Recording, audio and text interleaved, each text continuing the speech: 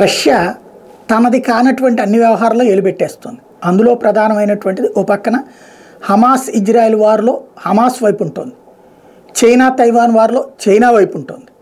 కానీ అమెరికాకి హితబోధలు చేస్తుంది, నువ్వు ఇతర కార్యకలాపాల్లో పాల్గొంటున్నావు. వాస్తవంగా అమెరికాకి వ్యతిరేకంగా కొత్త కూటమిని రష్యా తయారు చేస్తుంది. అందులో నాటో దేశాలు వీళ్ళందరినీ దెబ్బ కొట్టడం కోసమని చైనా, ఉత్తర కొరియా, ఇరాన్ వీళ్ళందరితో కలిపి స్కెచ్ చేస్తుంది.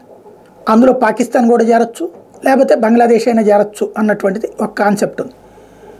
ఇలాంటి దశలో తాజాగా అమెరికాకి హితబోధలు చెప్తుంటే అమెరికా రష్యాకి క్లియర్గా చెప్పింది, మాకు హితబోధలు చెప్పే స్థాయిలో నువ్వు లేదు, నువ్వు చేస్తున్నటువంటిది దుర్మార్గమైనటువంటి చర్య, ఉక్రెయిన్లో అరాచకం చేస్తూ మానవ హక్కుల గురించి మాట్లాడతావు, అట్లాగే పలు భూభాగాలను ఆక్రమించుకున్న నువ్వు మాకొచ్చి భూభాగాల గురించి లెక్కలు చెప్తావు అంటూ నిలదీసింది.